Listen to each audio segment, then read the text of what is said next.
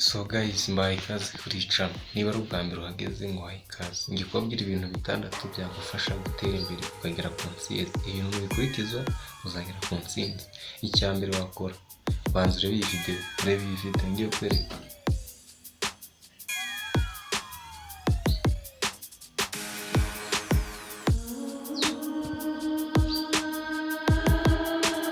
Urebye iyi shusho iroroshye guhita uvuga ngo ese amafaranga runaka. Ishusho yonyine uyirebye birakoroheye kuvuga ngo ni amafaranga 1000.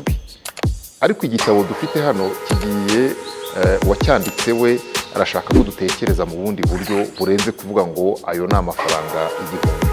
Reka mbanze muhe ikaze hanyuma tubone kuvuga no ku gaciro k'ifaranga cyangwa agaciro k'amafaranga uko we mu buzima bwe yabibonye. Ikaze.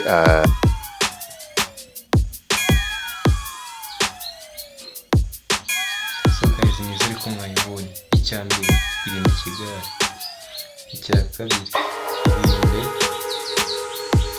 irinde abantu baguca intege. Icya gatatu, gira discipline mu byo ukora. Icya gatanu, igwa mu mwanya. Icya kane, icya gatanu, reba abantu bahuje ibitekerezo bagufashe gukora kandi mu byo ugiye gukora bisaba guhozaho. So guys, kora ibintu iyi video niba ari cyagucitse usubize inyuma. Irinde ikigare cy'abantu ugenderamo, wirinde abantu bakujana mu ngo zitandukanye. Inoti imwe 1000 yakugeza kure. Uhereye 1000 wagera mu miliyari.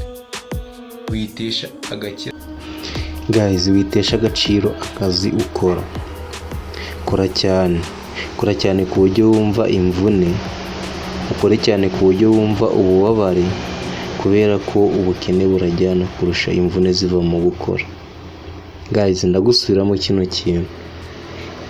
Kora cyane ubone amafaranga. Kora cyane ku buryo wumva imvune. Kora cyane ku buryo wumva ububabare, kubera ko ubukene burajyana kurusha imvune ziva mu gukora. Guys, irinde ibigare ugenderamo, ukirebe niba hari icyo bikugira akamaro. Ikintu ugiye gukora ugishireho umwete n'umurava. Ahantu uri gukora ushiremo discipline, kubera ko discipline ni ingenzi cyane. Wirinde abantu baguca intege ngo kira ngo ntawe gishoboye, aho uzagera hehe, aho uzakora iki. Abo bantu guys ugenda ubirinda. So guys, ndabakunda dore mu yindi video.